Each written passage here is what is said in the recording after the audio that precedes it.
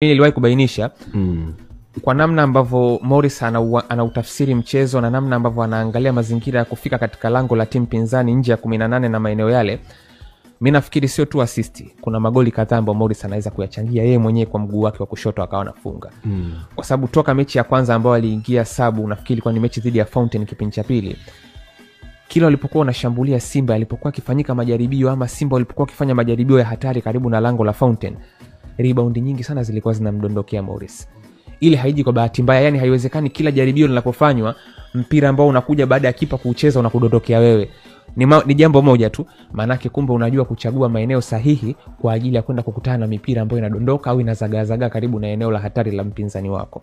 Sasa mwisho wa siku, kwa namna ambavyo unamtazama vile, unaanza kuona sasa hivi kuna assist Morris zinakuja, namna ambavyo anauathiri mchezo, lakini sooner rather than later pia nategemea kutakuwa kuna magoli kadhaa yataongezeka kutoka kwake. Anao huo uwezo kwa sababu pia ana uwezo wa kushoot from distance, ana uwezo kama atasogea zaidi na atakuwa na haiba zaidi, kwamba na mimi naweza nikachukua majukumu ya kusema kwamba nimepata mpira eneo hili, nataka nilitazame goli, au nimefika hapa nataka niwe na maamuzi ya mwisho. Kuna magoli kutoka kwake kwa sababu anaweza kukaa kwenye maeneo sahihi akadondokewa na rebound ndani ya boxi, lakini Morris Abraham anatandika kweli kweli mpira nje ya boxi. He can shoot from distance pia. Kwa hiyo hana sababu yoyote inamfanya asiweze kuchangia goli lolote.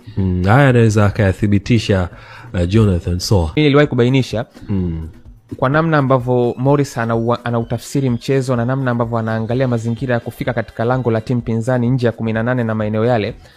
Mimi nafikiri sio tu assist, kuna magoli kadhaa ambayo Morris anaweza kuyachangia yeye mwenyewe kwa mguu wake wa kushoto akawa anafunga.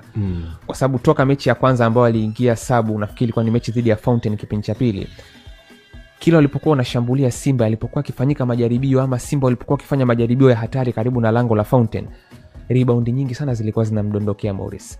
Ile haiji kwa bahati mbaya, yani haiwezekani kila jaribio linapofanywa mpira ambao unakuja baada ya kipa kuucheza unakudondokea wewe.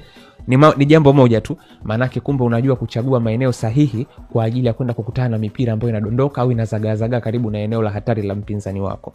Sasa mwisho wa siku, kwa namna ambavyo unamtazama vile, unaanza kuona sasa hivi kuna assist Morris zinakuja, namna ambavyo anauathiri mchezo, lakini sooner rather than later pia nategemea kutakuwa kuna magoli kadhaa yataongezeka kutoka kwake. Anao huo uwezo kwa sababu pia ana uwezo wa kushoot from distance, ana uwezo kama atasogea zaidi na atakuwa na haiba zaidi, kwamba na mimi naweza nikachukua majukumu ya kusema kwamba nimepata mpira eneo hili, nataka nilitazame goli, au nimefika hapa nataka niwe na maamuzi ya mwisho.